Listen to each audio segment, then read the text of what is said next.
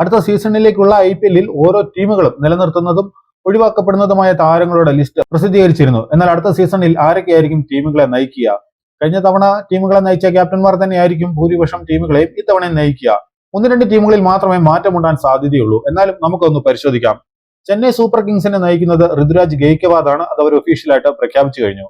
Kolkata night Riders കഴിഞ്ഞ സീസണിൽ അജിങ്ക്യ രഹാനെയായിരുന്നു കൊൽക്കത്തയെ നയിച്ചത്. ഈ സീസണിൽ ചിലപ്പോൾ മാറ്റത്തിന് സാധ്യതയുണ്ട്.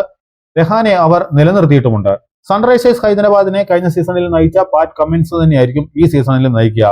ലക്നൗ സൂപ്പർ ജയൻസ് ഋഷഭ് പന്ത് ആയിരുന്നു അവരുടെ ക്യാപ്റ്റൻ. പന്ത് തന്നെയായിരിക്കും ഈ സീസണിലും അവരുടെ ക്യാപ്റ്റൻ. റോയൽ ചലഞ്ചേഴ്സ് ബാംഗ്ലൂരിനെ കഴിഞ്ഞ സീസണിൽ രജത് പാട്ടിദാർ നയിച്ച് കിരീടത്തിലേക്ക് എത്തിച്ചിരുന്നു. ഈ സീസണിലും അദ്ദേഹം തന്നെയായിരിക്കും ടീമിനെ നയിക്കുന്നത്. ഗുജറാത്ത് ടൈറ്റൻസിന്റെ നായകൻ ഇന്ത്യൻ നായകൻ കൂടിയായ ശുഭ്മാൻ ഗിൽ തന്നെയായിരിക്കും. പഞ്ചാബ് കിങ്സിന്റെ നായകൻ ശ്രേയസ് അയ്യർ തന്നെയായിരിക്കും. മുംബൈ ഇന്ത്യൻസിനെ ഹാർദിക് പാണ്ഡ്യ തന്നെ നയിക്കും. ഡൽഹി ക്യാപിറ്റൽസിനെ കഴിഞ്ഞ സീസണിൽ നയിച്ചത് അക്സർ പട്ടേലാണ്. ഈ സീസണിൽ ചിലപ്പോൾ മാറ്റത്തിന് സാധ്യതയുണ്ട്. ക്യാപ്റ്റന്റെ കാര്യത്തിൽ ഒരു തീരുമാനം വരാത്തത് രാജസ്ഥാൻ റോയൽസ് ആണ്. അവരുടെ ക്യാപ്റ്റൻ കൂടിയ സഞ്ജു സാംസൺ ചെന്നൈയിലേക്ക് പോയല്ലോ.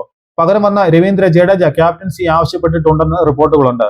SSC ജയ്സ്വാളും ധ്രുവ് ജുറേലും റിയാൻ പരാഗും ഒക്കെ ക്യാപ്റ്റന്മാരുടെ ലിസ്റ്റിലുണ്ട്.